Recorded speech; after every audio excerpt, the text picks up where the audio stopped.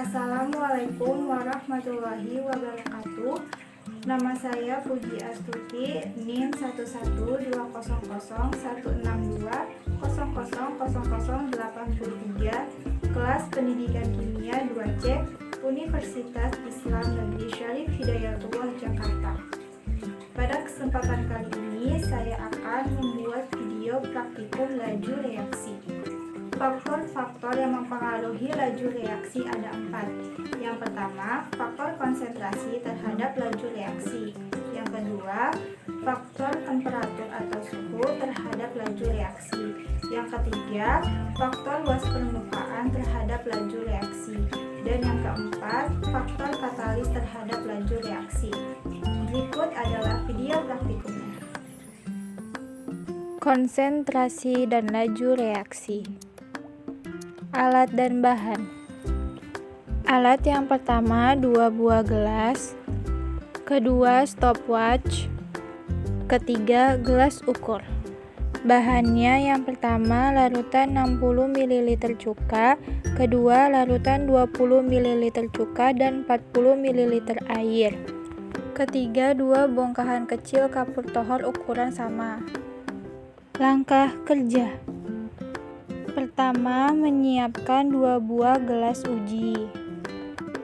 Kedua, memasukkan 60 ml cuka makan ke dalam gelas yang pertama. Kemudian, memasukkan 20 ml cuka makan dan 40 ml air ke dalam gelas kedua. Ketiga, menyiapkan stopwatch dan memasukkan bongkahan kecil kapur tohor ke dalam gelas pertama. Keempat, mengamati percobaan dan merekam waktu yang dibutuhkan kapur tohor hingga larut seluruhnya.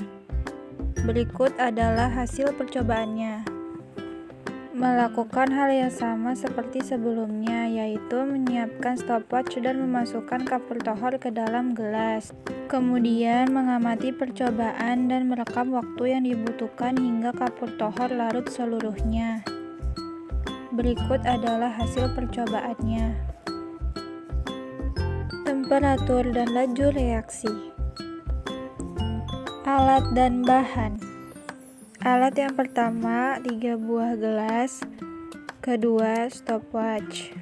Bahannya yang pertama 100 ml air dingin, kedua 100 ml air panas, ketiga 100 ml air biasa, keempat 3 buah tablet efervescent ukuran 1/4. Langkah kerja. Pertama, menyiapkan 3 buah gelas uji yang berisi air dingin, air panas,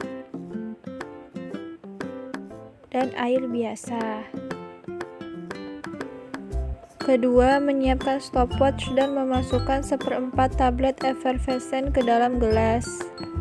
Ketiga, mengamati percobaan dan merekam waktu yang dibutuhkan hingga tablet efervescent larut seluruhnya.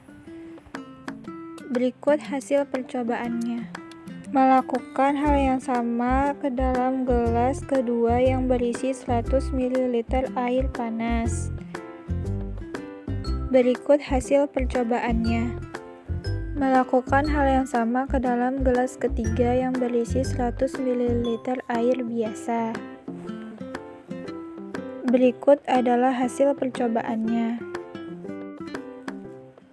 Luas permukaan dan laju reaksi. Alat dan bahan. Alat yang pertama 2 buah gelas, kedua stopwatch. Bahannya yang pertama 200 ml air yang dibagi menjadi 2 gelas masing-masing 100 ml. Kedua 1/4 tablet efervescent berbentuk serbuk. Ketiga 1/4 tablet efervescent berbentuk bongkahan. Langkah kerja. Pertama, menyiapkan 2 buah gelas uji yang berisi air masing-masing 100 ml. Kedua, menyiapkan stopwatch dan 1/4 tablet efervescent dalam bentuk bongkahan, kemudian memasukkannya ke dalam gelas pertama. Keempat, mengamati percobaan dan merekam waktu yang diperlukan hingga tablet efervescent larut seluruhnya. Berikut hasil percobaannya.